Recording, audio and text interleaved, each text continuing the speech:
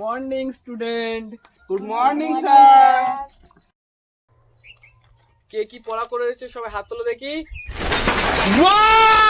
Very dangerous. বাহ বাহ, তাহলে তো খুব ভালো। তা তোমরা বড় হয়ে কে কি হতে চাও বলো দেখি একটু বাবারা। আমি ডাক্তার হতে চাই, আমি ইঞ্জিনিয়ার হতে চাই।